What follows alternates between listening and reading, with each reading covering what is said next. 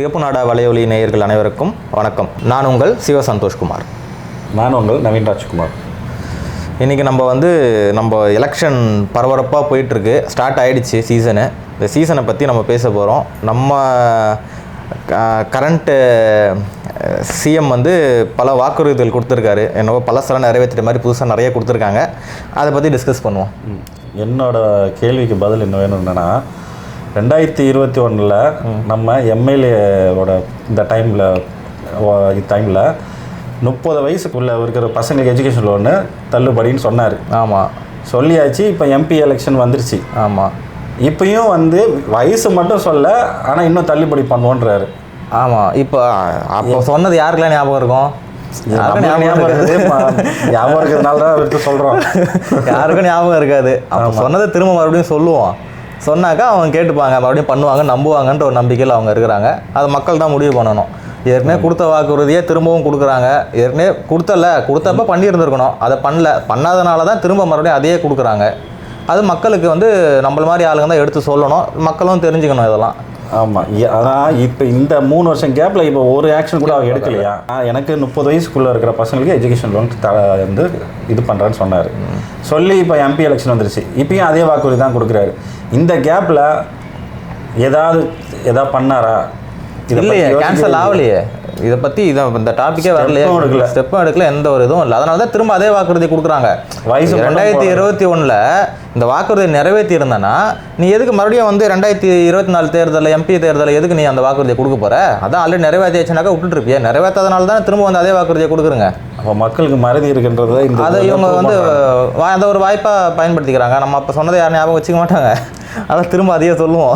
ஆமாம், அதே தானே நீட் தேர்வுக்கும் சொன்னார். நாங்கள் நீட் வந்து தேர்வும் பண்ணுவோன்னாரு. அது காலங்காலமாக சொல்லிட்டு இருப்பாங்க. இப்போ எம்பி எலெக்ஷன் இவங்களாலே முடியாதுன்றது நல்லா தெரியும். சரிங்களா? நீட் தேர்வு வந்து ரத்து பண்ண முடியாது, அதை பண்ணி தான் ஆகணுன்றது நல்லாவே தெரியும். இருந்தாலும் சொல்லுவோம். இப்போ நீட் தேர்வு வந்தால் மக்களுக்கு நல்லது அப்படின்னு சொல்லி நிறைய பேர் சொல்கிறாங்க. நிறைய ஸ்டூடெண்ட்ஸ்லாம் வந்து பாஸ் ஆகிருக்காங்க, எல்லாம் பார்த்துருக்குறேன். அப்படி வந்து இதில் வந்து பார்த்திங்கன்னா இந்த ஃபேக் டாக்டர்ஸை தடுக்கிறதுக்கு தான் மெயினாக இது வந்து சொன்னாங்க எனக்கு.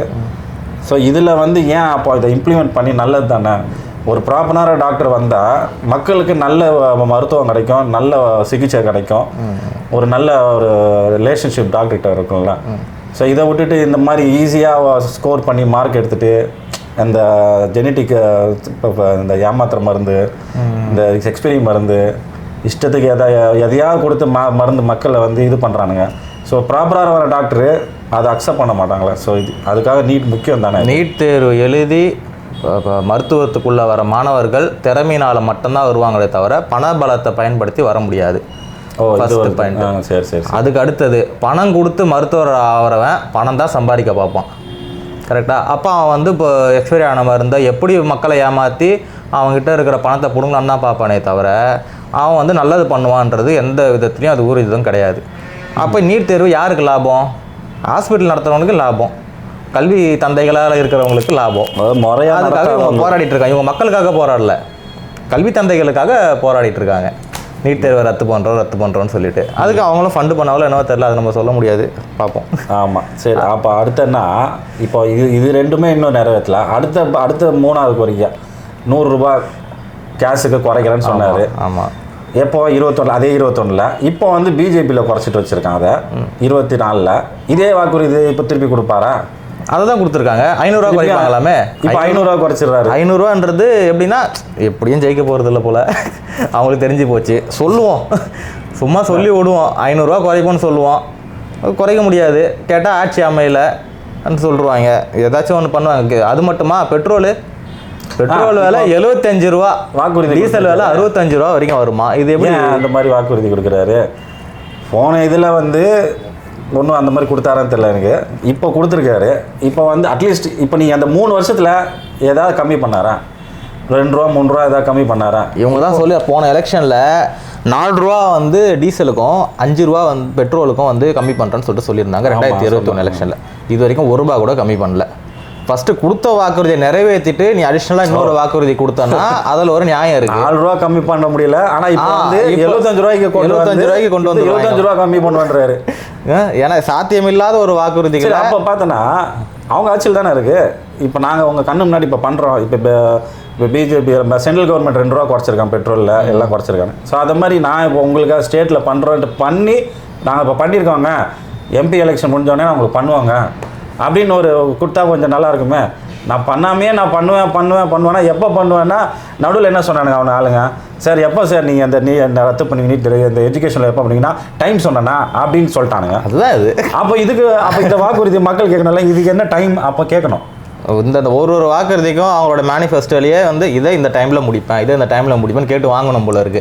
இல்லைனாக்கா நான் இதுக்கெல்லாம் கட்டினேன் டைம் சொல்லலை நான் அடுத்த ஆட்சியில் பார்த்துக்கிட்டாருன்னா அப்புறம் திருப்பி அடுத்த இப்போ எம்பி எலெக்ஷன் வந்துச்சு, திருப்பி அடுத்தது எம்எல்ஏ வரும், திருப்பி எம்எல்ஏ டைமில் அதே தானே பேச போகிறாங்க. இதை காப்பி பண்ணி நாங்கள் பேசுகிறேன். நான் அப்புறம் அதே டைம் கேட்டேன், நான் என்ன சொல்லலாம்ல, மணி வர அடிக்குது. சொல்யூஷன் வேணும். என்னென்னா ஒரு எலெக்ஷனும் ஒரு ஸ்டேட்டில் பார்த்துட்டேன், எல்லாருமே வந்து வாக்குறுதி கொடுத்து நான் நிறைவேற்றுவோன்னு சொல்லி ஓட்டு கேட்க வராங்க. தவிர எனக்கு வந்து இந்த மாதிரி நாங்கள் இவ்வளோ செஞ்சுருக்கோம். இப்போ உதாரணத்துக்கு நம்ம இப்போ கரண்ட் ஆட்சியில் இருக்கிறவங்க 98% நான் முடிச்சிட்டேன், என்னோடய வாக்குறுதி முடிச்சிட்டேன். 98%. ஏன் அந்த 98%? அதுக்கு பதில் நாங்கள் இத்தனை வாக்குறுதி கொடுத்துருக்கோம், இத்தனை வாக்குறுதி முடிச்சிருக்கோம், அந்த லிஸ்ட்டை கொடுங்க. இந்த வேலையை நாங்கள்லாம் சிறப்பாக முடிச்சிட்டோம், நாங்கள் இதுக்கு முன்னாடி கொடுத்த வாக்குறுதி எல்லாம் முடிச்சிருக்கோம் அப்படின்னு சொல்லி சிறப்பாக சொல்லி எடுத்து சொன்னால் எங்களுக்கு ஒரு சந்தோஷமாக இருக்கும்ல. அது 98னா என்னத்தை பண்ணீங்க, 98ன்றாங்க. மழை வந்துச்சு, நாங்கள் வந்து 90% முடிச்சிட்டோம், 4000 கோடி செலவு பண்ணோன்னு சொன்னாங்க, தண்ணியில் மிதக்குது. அது அப்புறம் தான் பேக் அடிச்சிட்டாங்களே, அதுக்கப்புறம் பாதி வேலை தான் முடிஞ்சிருக்கு. அப்புறம் இது அப்போ ஏன் இந்த மாதிரி இப்போ கவர்மெண்டாலேயே வந்து தன்னோட வாக்குறுதியை நாக்கு வாக்குறுதியை வந்து கீப்பப் பண்ண போனா நீங்கள் எப்படி வந்து மக்கள்கிட்ட போய் என்னத்தை கொடுக்க போகிறீங்க? நல்ல வாக்கு திருப்பி இப்போ கவர்மெண்ட் கிட்ட டேட்டா இல்லாமல் இல்லை. அவங்க கொடுத்த வாக்குறுதியில் எவ்வளோ முடிச்சிருக்கோம் எவ்வளோ முடிக்கலன்றது நல்லாவே தெரியும்.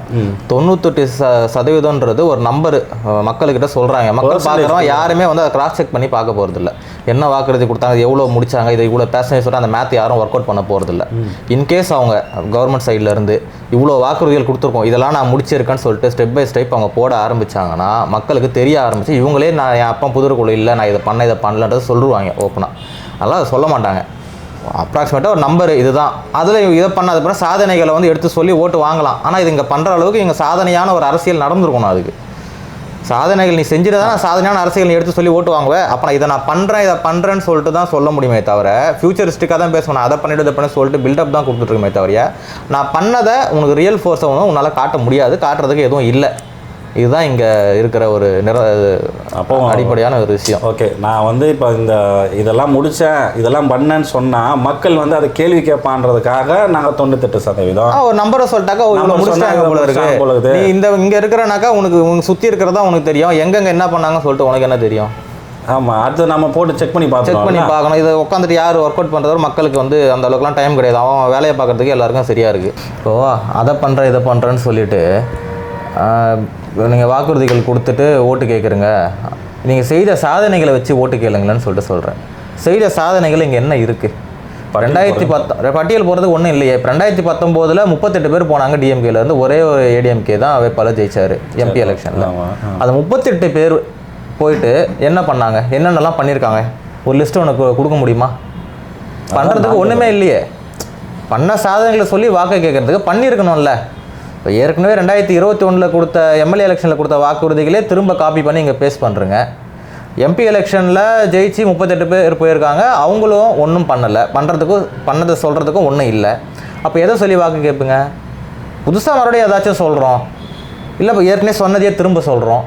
அதை வச்சு மக்கள் என்ன முடிவு எடுக்கிறாங்கன்றதை தான் பார்க்கணும்.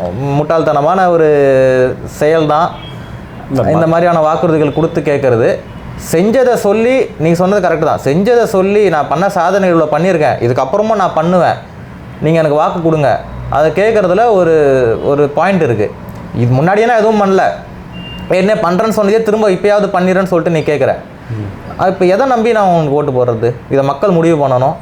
ஆமாம், மாற்றி ஏடிஎம்கே டிஎம்கேக்கும் ஓட்டு போட்டுட்ருக்கோம். புதுசாக ஒரு ஆள் என்ன மாதிரியான வாக்குறுதிகள் கொடுக்குறான்றதை பார்த்து என்ன பண்ணியிருக்கான்றதை பார்த்துட்டு மக்கள் முடிவு அவங்க கையில் தான் இருக்குது. மக்களுக்கு எப்போ வந்து சுய சிந்தனை வருதோ அப்போ தான் இவங்கள கேள்வி கேட்க முடியும். கண்டிப்பாக சுய சிந்தனை எப்போ வருதோ அப்போ தான் இந்த கேள்வியை கேட்டு அப்போ தான் இவனுங்க பயப்படுவாங்க. நம்ம வந்து வாய்க்கு வந்ததை சொல்ல முடியாது, மக்கள் விழிப்புணர்வு அடைஞ்சிட்டாங்க, சுய சிந்தனை வந்துடுச்சு, இதுக்கப்புறம் வந்து கேள்வி கேட்பாங்க. நம்ம புள்ளி விவரத்துக்கு கொடுத்தோன்னா அவங்க புள்ளி விவரத்தில் போய் கேள்வி கேட்பாங்க.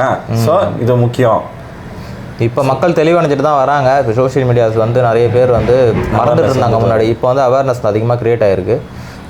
இப்போ ஏற்கனவே பண்ணதை எடுத்து போட்டுறாங்களே, எடுத்து நீ இதை சொன்ன, நீ இதை ஃபஸ்ட்லாம் பேப்பரில் பார்த்துட்டு இருந்தாங்க, அந்த பழைய பேப்பர் போய்ட்டு எங்கே தேடிட்டு இருப்பாங்க. இப்போ எல்லாம் இருக்குது, ட்விட்டர் ஹேண்டலில் அவங்க பண்ண பதிவுகள் இருக்குது, இவங்க சோஷியல் மீடியாஸை கொடுக்குற இன்டர்வியூஸ் இருக்குது, அது எல்லாமே எடுத்து போட்டு காட்டுறாங்க, அதை மேட்ச் பண்ணி போடுறாங்களே அவங்களே. ஆமாம், அந்த மாதிரி பார்த்து மக்களுக்கு அவேர்னஸ் கொடுக்கும் போது தான் இது ஒரு மாற்றம் வரும். பார்க்கலாம் இதுக்கப்புறம் எப்படி இந்த எலெக்ஷனில் தெரிஞ்சிடும் யாரோட ஸ்ட்ரென்த் என்ன இருக்குது, யார் எவ்வளோ எஃபர்ட் போட்டிருக்காங்க, மக்களோட ஸ்ட்ரென்த் என்ன இருக்குன்றது இந்த எலெக்ஷனில் தெரிஞ்சிடும். எல்லா சைட்லேருந்து நல்ல எஃபர்ட் போட்டிருக்காங்க. ஏடிஎம்கே சைடில் சரி, டிஎம்கே சைட்லேயும், பாஜக சைடில் ஒரு பக்கம், இவங்க எல்லாருமே அவங்களுடைய உழைப்பை கொடுத்துருக்காங்க. அந்த உழைப்புக்கான ரிசல்ட்டு வந்து எந்த மாதிரி இருக்கும்ன்றது இந்த எலெக்ஷனில் தெரிஞ்சிடும். யார் என்ன மக்கள் எந்த லெவலுக்கு அவங்க மேனிபுலேட் பண்ணியிருக்காங்கன்றது தெரிஞ்சிடும் இந்த தடவை. சரி மக்களே, இது வரைக்கும் எங்களோட இந்த வீடியோவை சேர்ந்து நீங்களும் பார்த்துட்டு இருந்தது ரொம்ப நன்றி. இந்த மாதிரி சுவாரஸ்யமான வீடியோ உங்களுக்கு இன்னும் கண்டிப்பாக இதுக்கப்புறம் வந்துகிட்டே இருக்கும். தொடர்ந்து எங்களை ஃபாலோ பண்ணுங்கள். நன்றி.